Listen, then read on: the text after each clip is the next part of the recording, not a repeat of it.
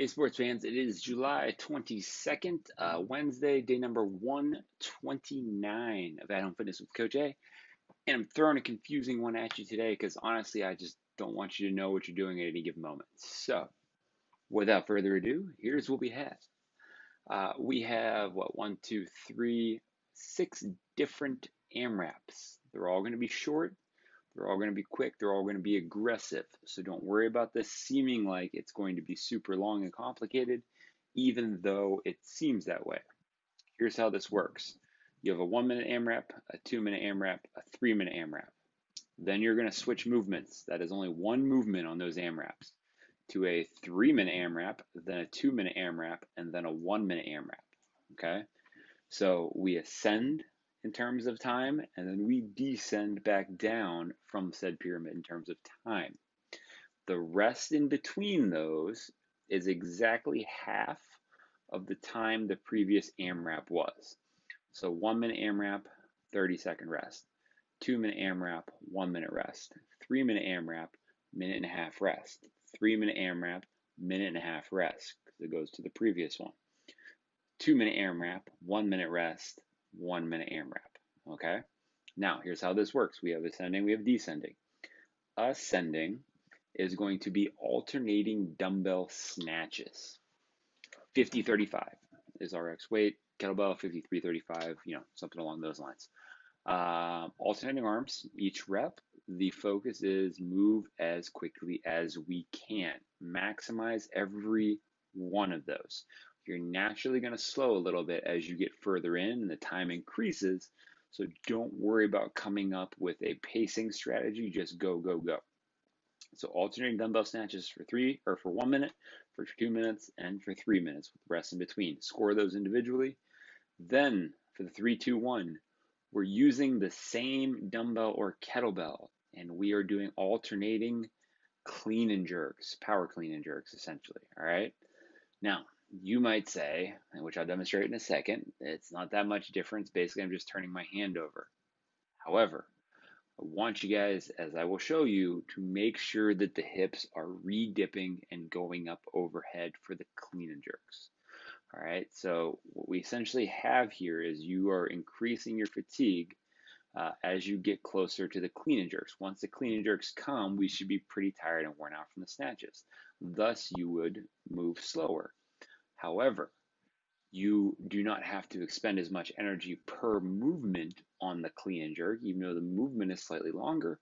So our goal is going to be trying to keep the reps as close as possible. So I set scores for 1 minute, 2 minute, and 3 minute snatch, and then I try and accomplish those scores for the 3 minute, the 2 minute, and the 1 minute clean and jerk.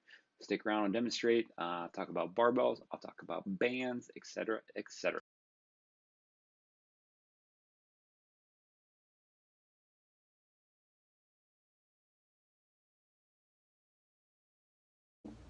Alright guys, so quick demo on our workout today. This will make it easier if you guys want to take a screenshot of this to get your working and resting intervals, that's fine.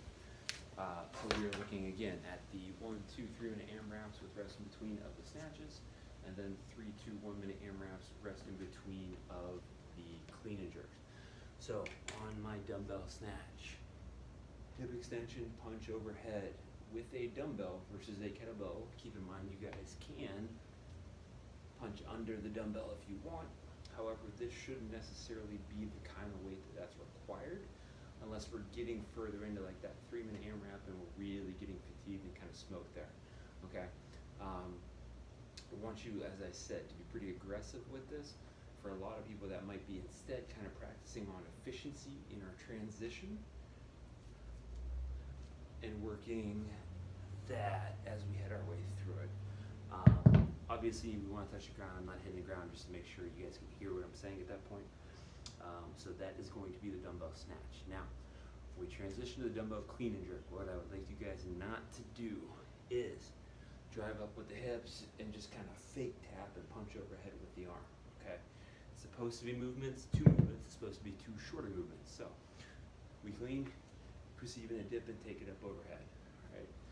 The dips should be much faster, much quicker, almost happening before the weight gets there, so we should be able to cycle these over pretty quickly. Keep in mind you might have to adjust your breathing a little bit, maybe shorter, quicker breaths in order to do those clean and jerks versus doing the snatches, which are going to be a nice solid exhale. All those movements, the weight's in my right hand. I'm focusing mostly on that left foot and hip and getting a little torque across the body, torque across, 2 legs going overhead, and then same thing on the clean with the other side, torque across, both legs going overhead.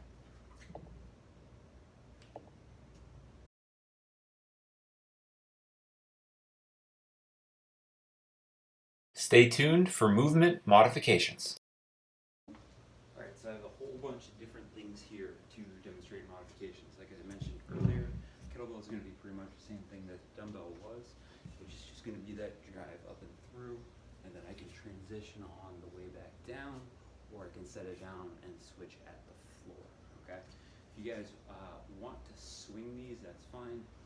Just keep in mind, when we're doing the swing, in order to transition, I'm going to have to do the Russian exchange there just to switch hands, and that's probably going to take up a pretty decent amount of time as far as the minute and 2 minutes go. When it comes to the barbell, let's make sure we keep this weight really light. Alright, I want you guys to go from the ground, whether it's the power snatch, tap up overhead, or it's the clean and jerk. Alright, so make sure it's pretty light. We're going to be doing a lot of transitioning. That is a lot of direction. It's a lot of range of motion to go through every time for that many minutes with that kind of weight. So let's make sure it's something that we can get pretty tight on the body and control very well. Now, 2 things you might not necessarily think about being able to do this workout with, but let's run through them anyway. We have ourselves a wall ball, okay? If I'm going to snatch this, it's going to seem like both these are going to be in a sumo kind of position. So my power snatch is up overhead here. Think about it similar to if you guys are getting a really good rhythm doing ball slams, and you're just kind of snapping that ball up in the air and then catching it, right? Snap it up, catch it at extension, bring it back down. If you want to, you can even turn it into a ball slam from that point, all right? So when it comes to doing the clean and jerk, it's obviously going to be a power clean and then a press overhead. If you guys want to make this a little more normal, perhaps a little more challenging with the ball, we can always turn both those movements into squats. Squat on the snatch, squat clean, and thruster.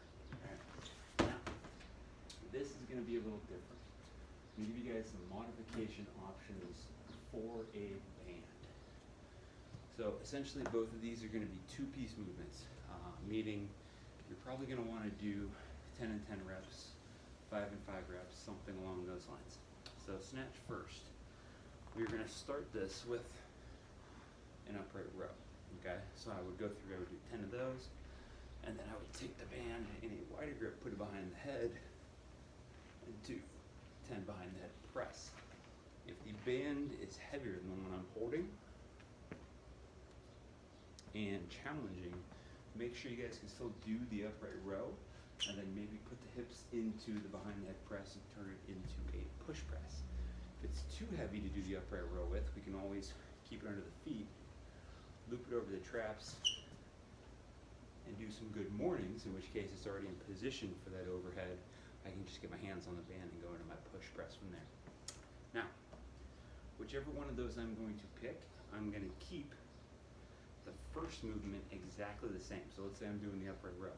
The clean and jerks are going to be the upright row, and instead this time I'm going to press from the front side of the shoulders, okay?